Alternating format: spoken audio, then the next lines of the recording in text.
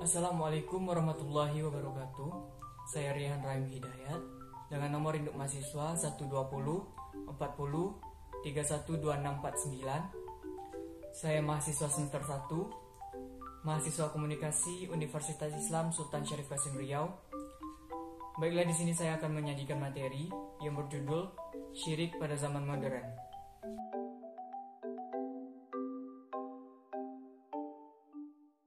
Syirik adalah itikat atau perbuatan yang menyamakan sesuatu selain Allah dan disandarkan pada Allah dalam hal rububiyah dan uluhiyah. Menyekutukan Allah dalam hal rububiyah adalah meyakini bahwa selain Allah mampu menciptakan, memberi rezeki, menghidupkan atau mematikan suatu makhluk. Menyekutukan Allah dalam hal uluhiyah yaitu dengan berdoa kepada selain Allah atau memalingkan suatu bentuk ibadah.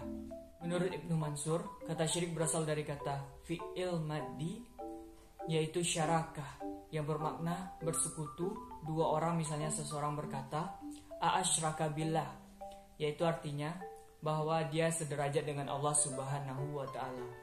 Menurut Kamus Besar Bahasa Indonesia, pengertian syirik adalah menyekutukan Allah Subhanahu wa ta'ala dengan yang lainnya. Misalnya pengakuan kemampuan ilmu daripada kemampuan dan kekuatan Allah Subhanahu wa ta'ala.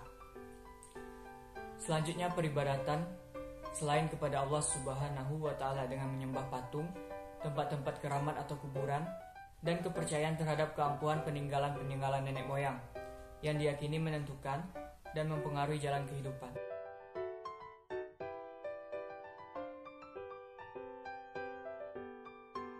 Suku-suku Arab yang telah punah seperti kaum Samud, umat Nabi Hud, dan Nabi Saleh penghuni daerah Madian dan Sabak, serta umat Nabi Syuaib dan Nabi Sulaiman hidup di antara para penyembah berhala ataupun matahari.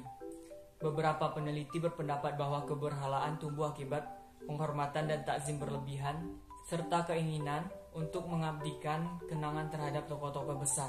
Setiap kali seorang tokoh besar meninggal dunia, mereka membuat patung untuk menghidupkan kembali kenangan kepadanya dan mengabdikan penghormatan kepadanya dalam diri mereka. Namun dengan berlalunya masa dan bergantinya generasi demi generasi, patung-patung ini pada akhirnya berubah menjadi sesembahan. Meskipun pada mulanya tak ada kepercayaan seperti itu yang menyertai pembuatannya terdahulu.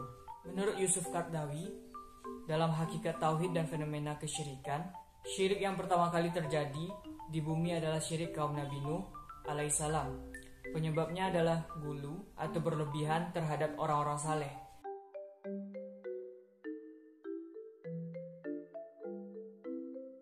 Perbuatan syirik tidak hanya terjadi di masa lalu, di mana belum adanya teknologi, namun di zaman serba canggih seperti sekarang masih terjadi perbuatan syirik. Yang pertama yaitu kesyirikan dalam ramalan horoskop dan feng shui. Ramalan melalui perhitungan bintang pada saat bulan kelahiran. Ramalan model ini digandrungi oleh kaum remaja dan pemuda untuk meramal masa depan mereka, terutama soal karir dan percintaan. Sebagai seorang muslim, perbuatan seperti ini tidak dibolehkan dilakukan karena yang mengatur rezeki, maut, jodoh adalah Allah Subhanahu wa ta'ala. Yang kedua, mempersembahkan salah satu bentuk ibadah kepada selain Allah Subhanahu wa ta'ala, seperti berdoa, memohon kepada orang-orang saleh yang telah meninggal, meminta pengampunan dosa, menghilangkan kesulitan dalam kehidupannya, atau untuk mendapatkan sesuatu yang diinginkan, seperti keturunan dan kesembuhan penyakit, kepada orang-orang saleh tersebut. Allah Subhanahu wa ta'ala berfirman dalam Quran surat Al-An'am ayat 162-163 yang artinya, katakanlah sesungguhnya solatku, sembelihanku, hidupku dan matiku hanyalah untuk Allah, Rabb semesta alam. Tiada sekutu baginya, dan demikian itulah yang diperintahkan kepadaku, dan aku adalah orang yang pertama kali menyerahkan diri kepada Allah Subhanahu wa ta'ala. Contoh yang ketiga, mendatangi para dukun, tukang sihir, peramal atau paranormal, dan sebagainya, serta membenarkan ucapan mereka. Ini termasuk perbuatan kafir, mendustakan agama yang diturunkan kepada Nabi Muhammad SAW. Berdasarkan sabda beliau SAW, barang siapa yang mendatangi dukun atau tukang ramal kemudian membenarkan ucapannya, maka sungguh dia telah kafir terhadap agama yang diturunkan kepada Nabi Muhammad SAW.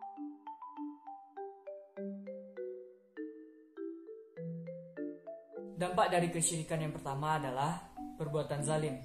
Sesungguhnya menyekutukan Allah adalah benar-benar kezaliman yang besar. Dan ini terdapat dalam firman Allah dalam surat Al-Luqman ayat ke-13. Yang kedua, dosa yang tidak akan diampuni. Sesungguhnya Allah tidak akan mengampuni dosa syirik, dan Dia mengampuni segala dosa selain dari syirik bagi siapa yang dikehendakinya.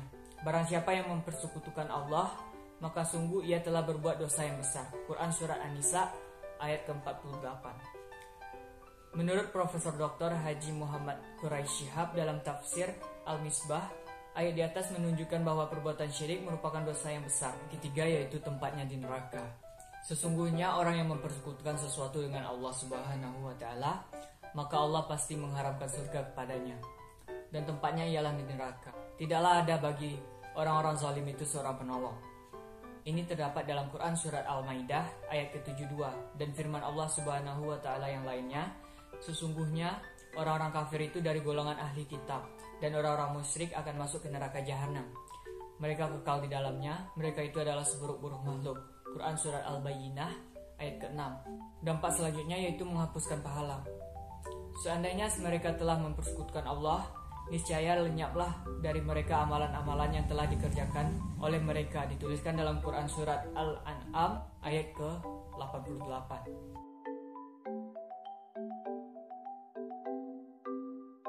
Yang pertama yaitu mengikhlaskan ibadah hanya kepada Allah Azza wa Jalla dengan senantiasa berupaya memurnikan tauhid.